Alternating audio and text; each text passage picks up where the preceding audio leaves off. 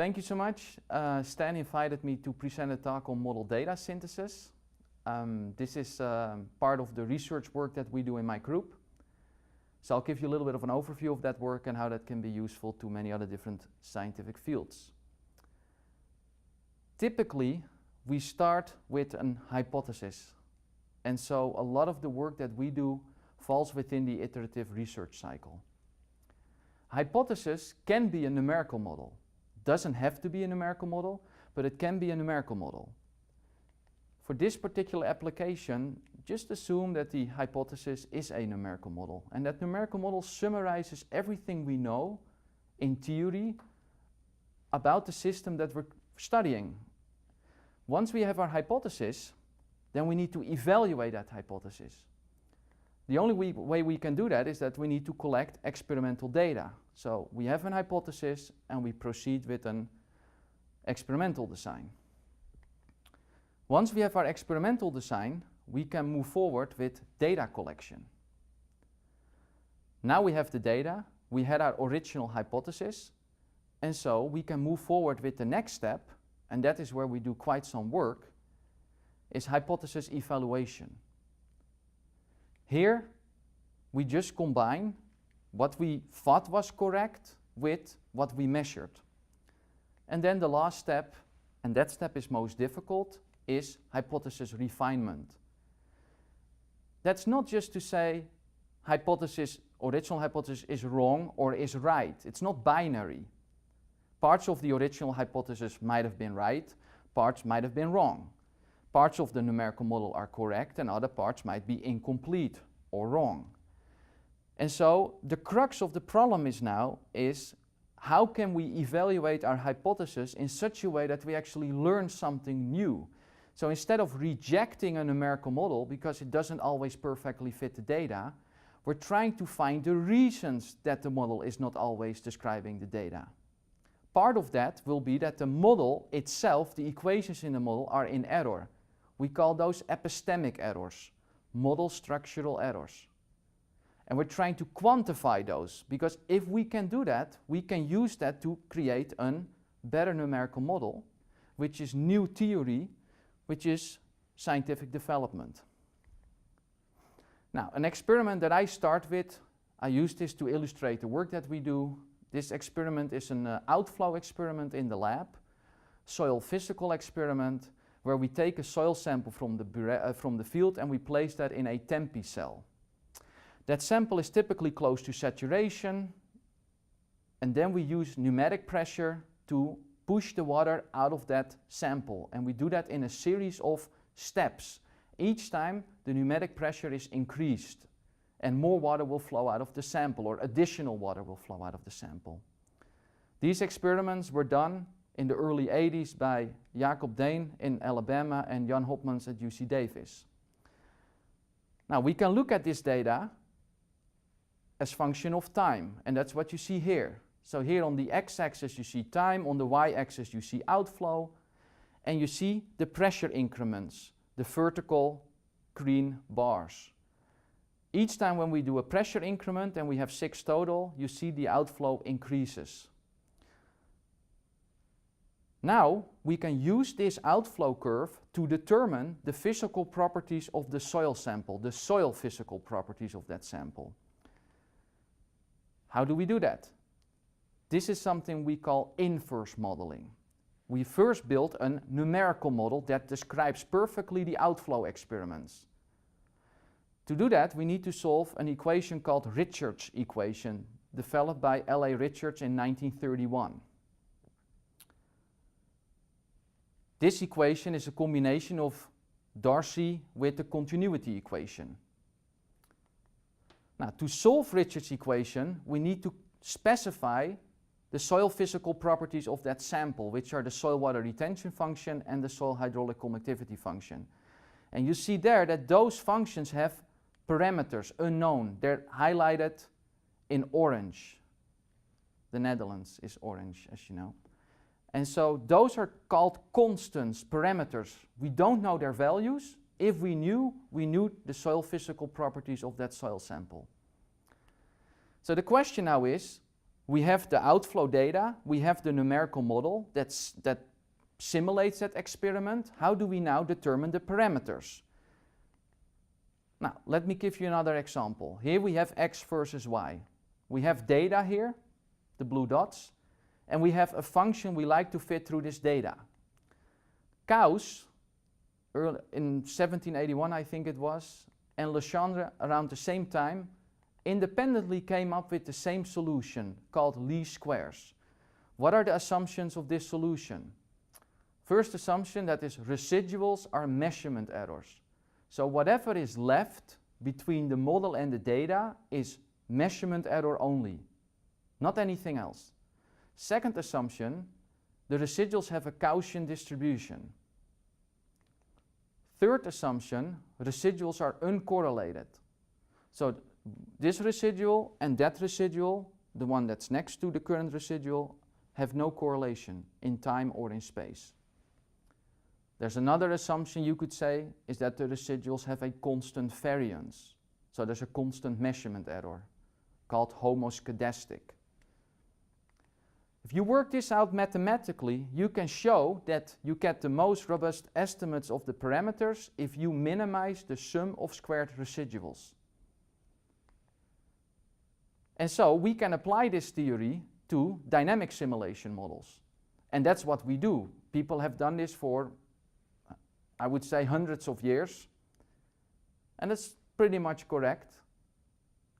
But we know now that that's not necessarily the correct thing to do, even though it's convenient to apply this theory in data assimilation, model averaging, Pareto optimization, all these fields you can apply this theory, and it's being done, but it's not necessarily the best thing to do. And so we work on a paradigm change, and I will talk about that a little bit later in this presentation. Now, for now, we apply least squares to the outflow experiments. So here we have the outflow curve. I make an assumption here that the 7th parameter m is equal to 1 minus 1 over n. And so I make other assumption that theta s and ks are independently measured. That is very well possible. Theta s as the saturated hydraulic or the saturated moisture content, ks is the saturated hydraulic conductivity. So now we're left with 4 parameters, theta r, n, alpha, and lambda. Now, what do? We come up with an estimate of their values, can be randomly, can be based on some prior information, and we use those values, we enter them in the model, we simulate the outflow experiment, and we compare against the data. In this particular case, you see that it's reasonable, but you overestimate the actual outflow at the end with about 0.4 centimeters. So we can adjust some parameter values. And now you see you underestimate the outflow curve, but we're getting closer. So we can try another estimate. And what you see here, that in each step you're getting closer to the actual observed values. And finally, after a number of steps, we find the parameter values that best describe this experiment. If we have those parameter values, we can construct the soil water retention function and the hydraulic conductivity function. And those are now the soil hydraulic properties of the soil sample of interest. Now, this whole procedure is known in the field of soil hydrology as inverse modeling. Others call it model calibration, parameter estimation, parameter tuning, parameter fitting. It's all the same. You're estimating unknowns in some function, a model, or anything else given some experimental data. Field of data assimilation does the same thing. Unfortunately, in the present example with the outflow experiment, you saw that the model perfectly fitted the data. Now, that is not very realistic. In the slide, that is realistic because I created the data manually. I never ran a model. This is just used as a didactic example to explain or trying to explain what we're doing. Reality is much more complex. Imagine we have some numerical model, an hypothesis. Then we have, as input to that model, we have theta, which are the parameters. Now those are uncertain. We cannot imagine, or we cannot assume, no matter what your imagination or skill is, that those parameters are actually a single value. They probably are some probability distributions, is better to use to represent their values. Now, model input data, called forcing data or boundary conditions, rainfall, temperature, evapotranspiration, pressure, radiation, wind speed, typical input variables for hydrologic studies. And so we can measure them, most of them, but not with perfect, without any uncertainty. And so they're typically uncertain as well. Initial states is another source of uncertainty. Initial states defines the initial state of the system that we're simulating. And so we need to provide those to the model. Now those are also unknown, even if we can measure them directly in the field, which is quite rare, particularly if you work at large scale. There probably is at least measurement error, but in reality is huge uncertainty associated with initial states. Now typically initial states are not so difficult because if you run the model sufficiently long, the effect of the initial states in hydrology is gone, because you get rid of the first part of the model simulation. That's called spin-up. In other fields like ecology or the weather forecasting, the effect of the initial state can be tremendous because of positive feedbacks in the system. Hydrology are typically negative feedbacks, which means that no matter what initial state you start, the system will converge to a stable final state. Not in other fields of study because of positive feedbacks in the system. Now, because of all these uncertainties, we'll end up with a model output that is per definition uncertain. And so, if you see papers in the literature that present a single deterministic model simulation, you have to question yourself, how believable is this? Because it ignores all possible uncertainties.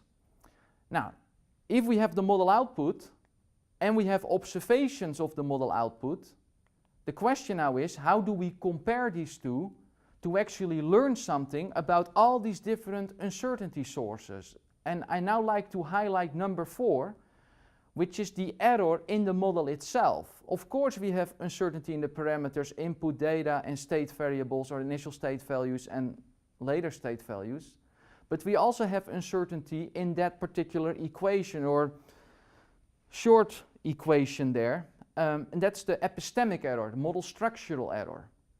And that is what I'm most interested in my research group. Can we quantify model structural error? To do so, we have to develop computer algorithms. Now, we follow a Bayesian approach. So you see there a portrait of Bayes. This is probably in the early 1800s, when he was still alive. And so we try to develop a framework where we can measure in the field.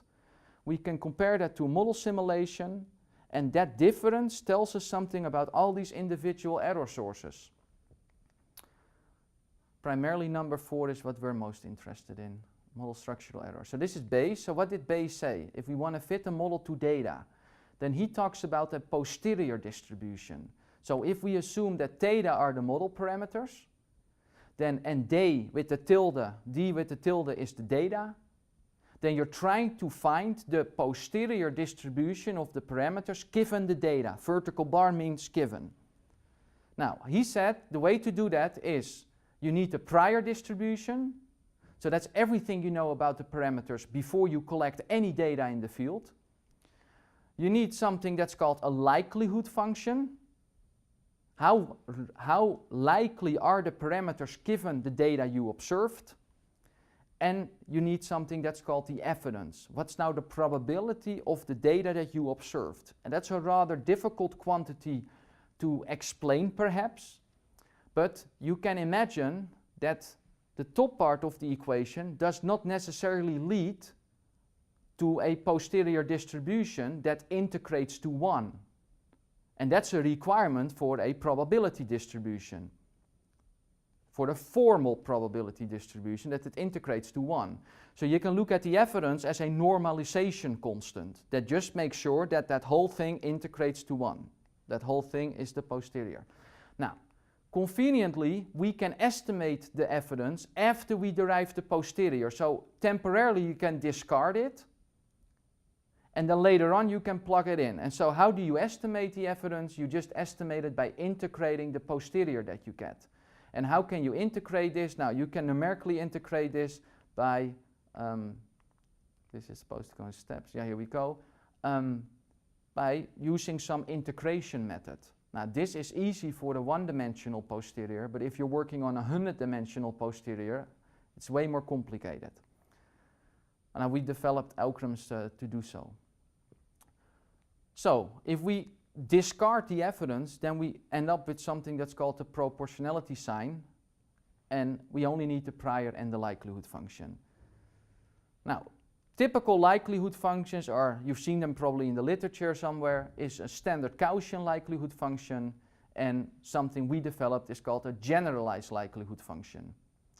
So standard Gaussian means we assume that the residuals are Gaussian, they have a constant variance, they are uncorrelated. And if you follow those assumptions through, you'll get the equation that's over there for the n data points. The generalized likelihood function is way more versatile in that you do not have to have Gaussian residuals. It can have any shape, and that likelihood function has additional parameters called latent variables, hyperparameters, or nuisance variables. And those latent variables called sigma 0, sigma 1, beta, etc. are estimated along with the model parameters. Now, what are we interested in now is that posterior. So we can specify a likelihood function, we can specify a prior, that's not difficult, and now the question is, okay, how do we derive the posterior? Now imagine that this is my posterior. Imagine that I want to sample that posterior. So I don't know what it is, and I'm trying to estimate that posterior. So I'll go through you a recipe that gets this posterior. So imagine if we only have one parameter here on the x-axis. So we start at a certain point. Imagine that the left side is 0, the right side is 10. So reverse 0, 10. And the current value is around 4 then. We evaluate the model at 4, that gives us the posterior density of the model at that particular value.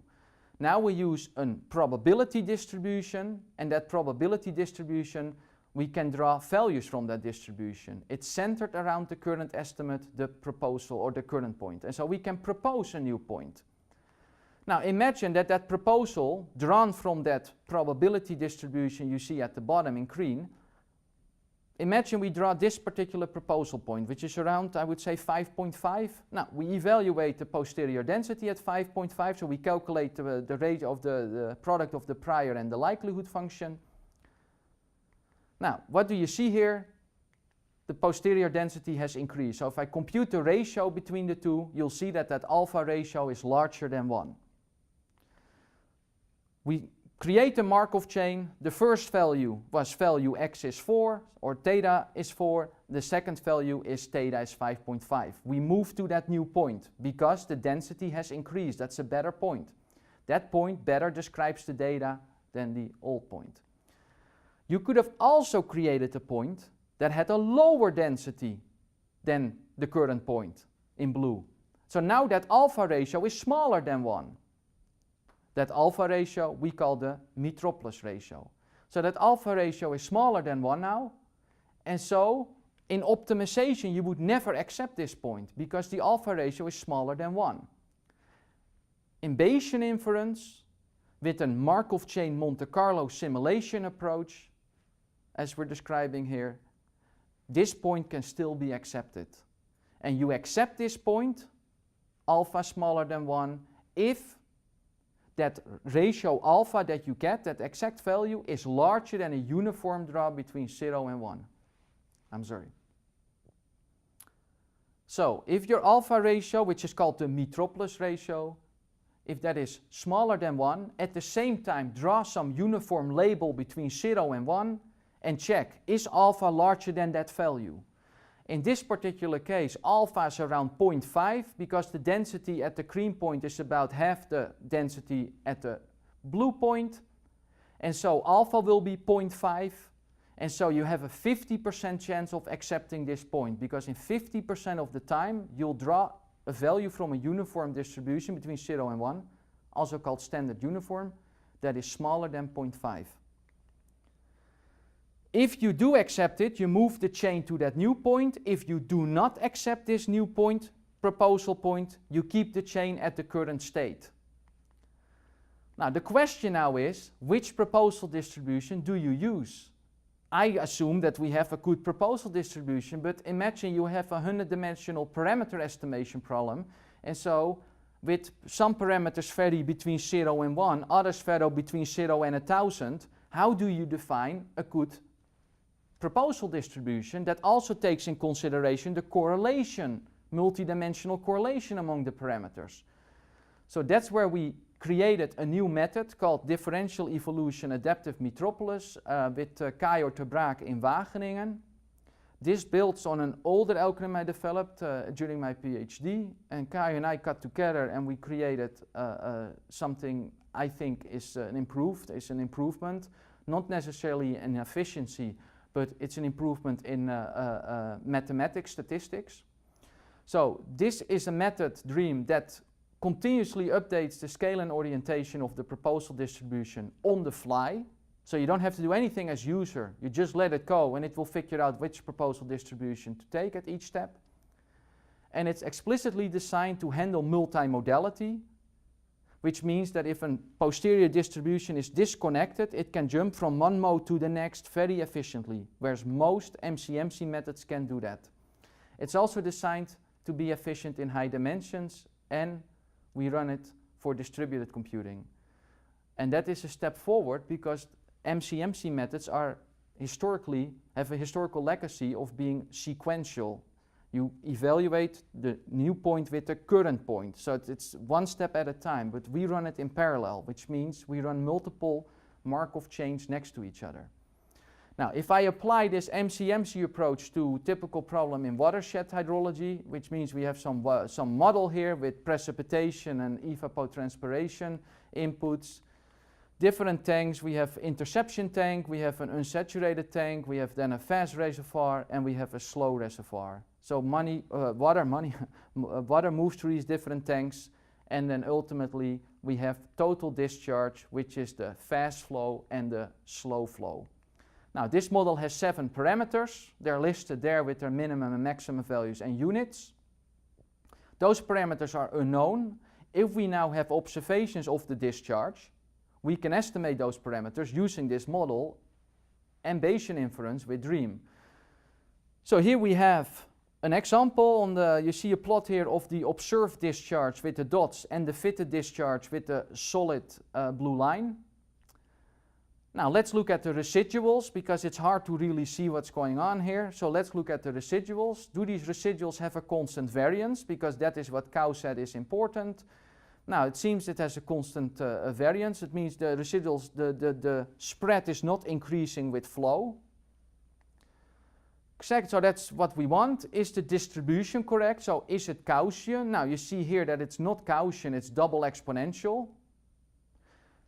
And we get that right because we use a generalized likelihood function here, not a Gaussian likelihood, because we know that's not working. Are the residuals correlated? No, they're not correlated. So you see the residuals are uncorrelated. Now that's exactly what we want. So perfect. We had a prior, we had a likelihood function, we have an MCMC method, we fit the model to the data, and basically we're done. Statistically, this is what we want. The residuals behave exactly as we expect, perfectly described, we're done. But we are not really done here because we know that this model is not a perfect representation of reality. Statistically, it comes out as everything is okay. And so we're missing something here. We'll get back to that in a second. Now, we can apply this methodology of DREAM with priors and likelihood functions to all kind of different fields. This is in VADOSE hydrology. This is just work that we do. This is a number of years ago. VADOSE, irrespective, we can apply the same theories in geomorphology, statistics, in geophysics, hydrogeology, biology, ecology, name it, that's what we do. But irrespective of all this, there is something wrong with the least squares or Bayesian paradigm. You could argue that those likelihood functions we use to compare the model and the data to quantify in a single value how likely is the model given the data, that has a very poor diagnostic power. If I tell you that the likelihood was 0.7, doesn't tell you anything about how reasonable the model is. And so it has a poor diagnostic power. So if you go to a doctor and you tell the doctor that your knee hurts, the doctor would ask you, okay, let me look, and then the doctor will ask a few follow-up questions, and based on that, he will diagnose more or less what's wrong and tell you what to do. So he is diagnostically really excellently trained. Most of what we do, we're diagnostically really not so strong, because we see a mismatch between a model and a data, and we have no idea what that originates from. We don't ask the right question. A likelihood will certainly not bring us further, because it's rather meaningless. It's a statistical measure that says nothing about the systems that we're studying. So it doesn't help us to detect structural errors, epistemic errors, number 4 in one of the earlier slides. So we draw inspiration from other fields and look at an MRI of a brain. That is not my brain, because then you would probably see a lot of white there on top instead of brains. I don't know, actually, I've never seen mine. So doctors take MRIs of people's brain, look at it, and immediately see if it's wrong or if it's right. And if something is a deviation, they already have a very good idea of what's wrong. Now you can argue, yes, they have many MRIs because they have so many people, so they have so much more access to data, etc. Yes, but we also have tons of hydrologic measurements, and we're still not very well trained diagnostically to look at something to say, hey, what is now causing this behavior? And what is then wrong in my model, because I don't describe that perfectly. So I will now describe a few slides a method that I think is diagnostically much better than likelihood-based methods. So here, this method is also called approximate Bayesian computation. Has been developed in statistics in '84 by Diggle et al., but not in the context that we're going to use it. So here's an example. Imagine I have some data here. Typical approach is I want to fit the model to the data, define a prior likelihood, fit it, or I use least squares, same thing, you fit the model to the data, you're done. But that is what we're not going to do. We're going to do something different. So ABC approach, approximate Bayesian computation, says define an interval around the data. That interval is pretty small. But imagine that we define an interval around each data point, and now we're looking for all those simulations that fall within that range of each observation. So we draw samples from the prior distribution of the parameters, we run the model, and then we evaluate the model simulation against the data. And so we have n model simulations here. And now for each simulation we just look, does it fall within epsilon of each observation? And epsilon is a really small value. So the first simulation, yes, it describes the data within the bars of each observation. This one does not describe the data. You see that at the third observation that you're not within the interval. This one you do not describe either. Same problem at the third observation. Here, yes.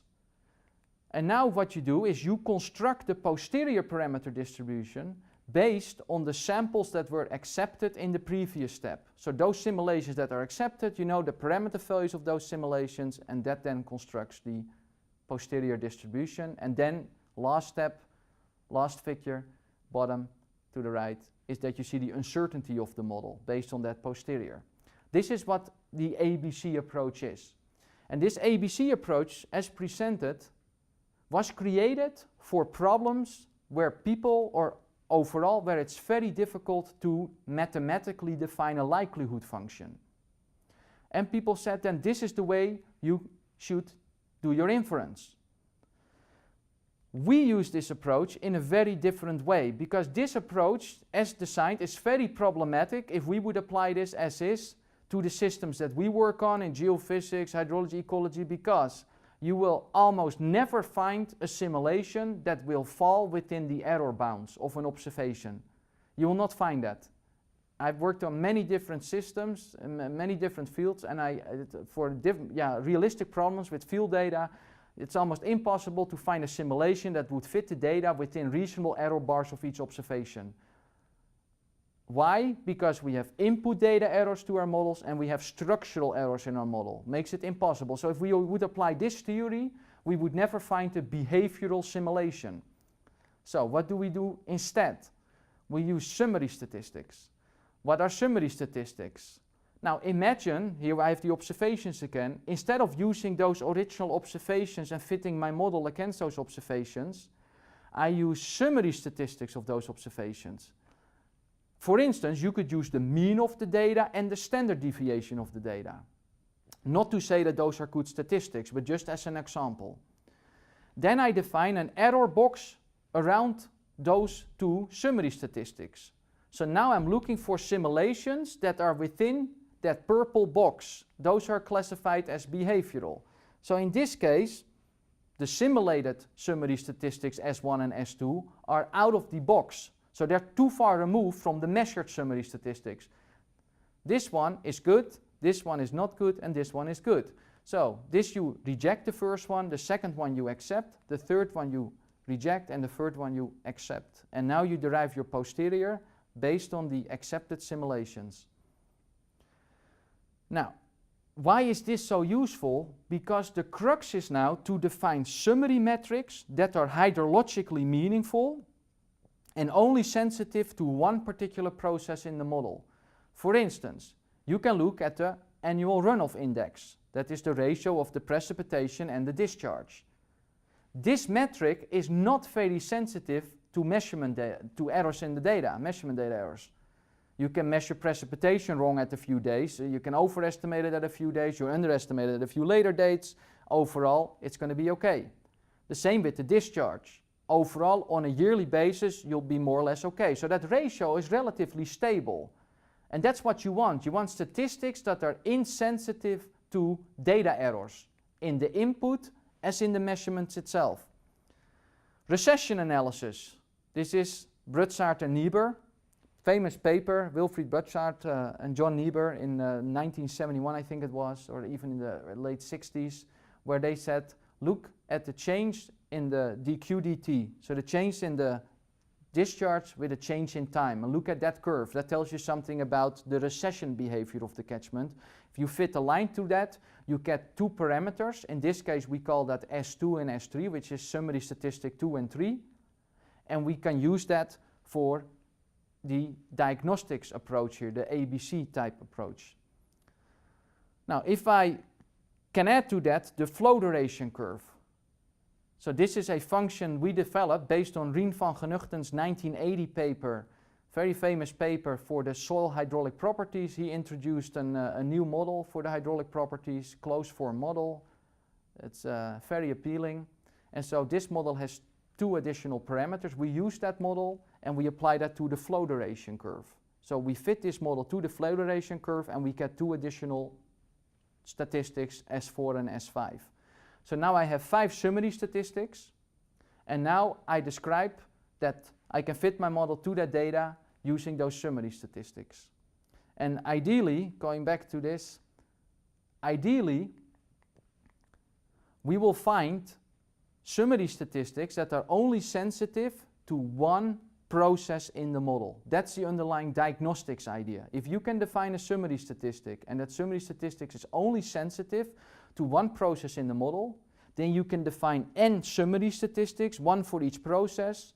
You get those from the data, you try to describe those, and those that you can describe, that will feed back directly to the particular equation in your model that is wrong. And that's the underlying idea of epistemic or like diagnostic model evaluation, how we're trying to find epistemic errors. So I'll stop here about the epistemic errors.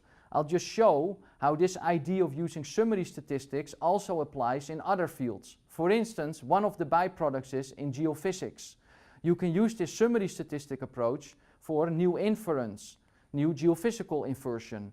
And here I show you different slides. I can go over it. It's not so important. Here you see an Euclidean discretization. Here you see the same discretization of the subsurface in 2D using a discrete cosine transformation, so you use far fewer parameters. In the first case, each pixel of 1 by 1 centimeter is one parameter, so you have 400 pixels on the x-axis, 700 pixels on the y-axis, which is 280,000 parameters. Then with the DCT&B you almost get the same result, but now you only have 80 parameters. This is the prior, this is the result with regularized inversion, deterministic inversion used in geophysics. It doesn't really look like A or B. What the typical approach then is to change the weights in the regularized inversion so that it looks closer to what you think looks right, because in reality you don't know A or B. This is a synthetic study. And this is the result you get with summary statistics. So you do Bayesian inversion and you add summary statistics like the sharpness of or the smoothness of the underlying field, and you derive all these summary statistics from training images, approach used in geostatistics. So we borrowed that idea, we combine it with the summary statistics idea, and that gives you a whole new approach in geophysical inversion, just as byproduct. You can also use summary statistics for non-stationarity analysis. Typical approach is, if we have a time series of data, that we define a likelihood metric and then use that to decide, we do inference with that. But the question is, should we do it that way? Because that assumes that we always should use the measured data as is. We can do a transformation on the data that much better shows whether the system is stationary or not. For instance, if you look at peak flow data or you look at discharge data, you can look at summary statistics, for instance, the runoff ratio. And what we show in this paper, that if you use these summary statistics, that you can detect non-stationarity in hydrologic time series much better than if you just use the data itself. So point of this paper is that when you wanted to detect non-stationarity, you have a much better chance of being able to do that if you actually look at behaviors or metrics of that system that are rooted in the relevant theory, in the hydrologic theory, like the runoff ratio, and not use likelihood-based metrics that are rooted in statistics, have nothing to do with that system. Now, all the work that we do, you can do, and in MATLAB, I developed MATLAB codes the last 15 years of a number of packages, one of which is Dream, and I presented things related to Dream today. And that Dream suite also is now out in Windows using a graphical user interface, and it's much easier to use, it's much faster. And that's available on the internet. You just have to look for Dream Suite. It's developed by PC Progress and has a download, there's a demo version, so it's easy to use.